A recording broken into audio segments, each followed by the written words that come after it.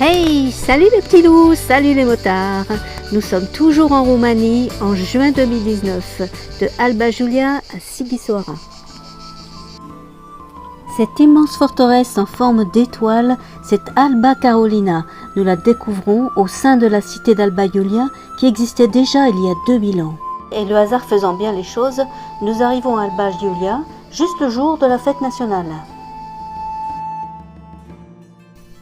De nombreux stands proposent toutes sortes de plats traditionnels à base de viande, mais aussi des soupes et salades.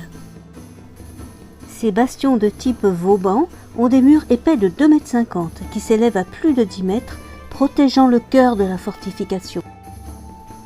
Entre les hauts remparts qui encerclent le centre historique, la foule de tous les âges se balade et fait ripaille comme nous.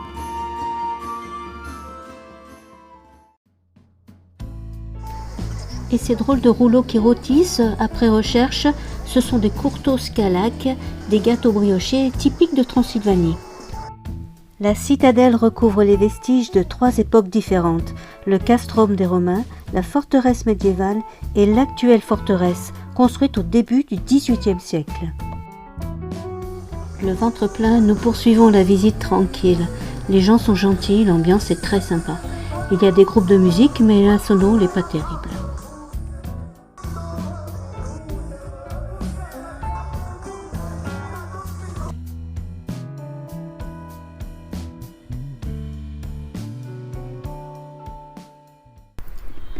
Et c'est ici, en 1918, que fut proclamée l'union de la Transylvanie et de la Roumanie, union dont Alba Iulia devint le symbole.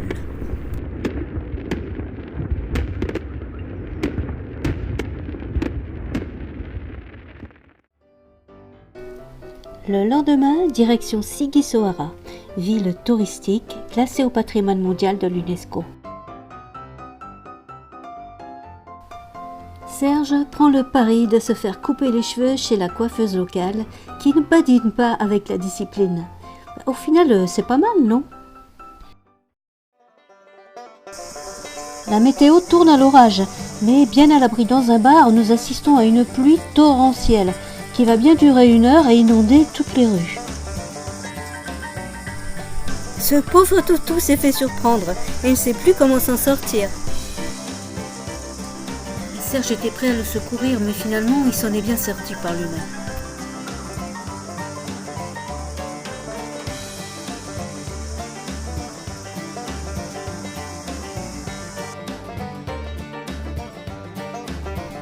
Vous voyez, il n'est pas facile de circuler. Les gendarmes ont interdit la circulation et même les égouts commencent à remonter. Heureusement, nos chevaliers servants nous portent sur leurs épaules. Merci les gars.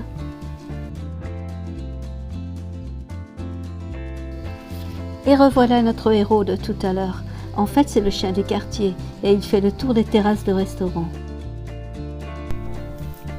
À l'origine, base de légion romaine au IIe siècle, Sighisoara connut des vagues de colonisation et invasions diverses. Saxons, Hongrois, Mongols, Ottomans. Le fameux Vlad l'Empaleur y serait né.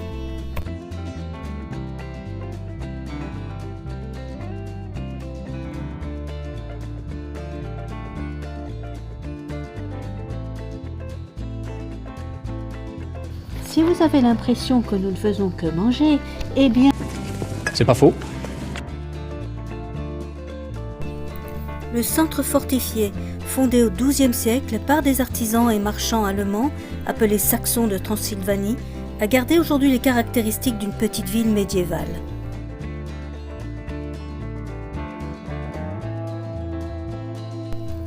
Durant plusieurs siècles, la ville joua un rôle stratégique et commercial notable aux limites orientales du royaume de Hongrie, devenant l'une des villes les plus importantes de Transylvanie. Pourtant, au XVIIe et XVIIIe siècle, Sighisoara a souffert d'événements tragiques, incendies, épidémies de peste, inondations, séismes.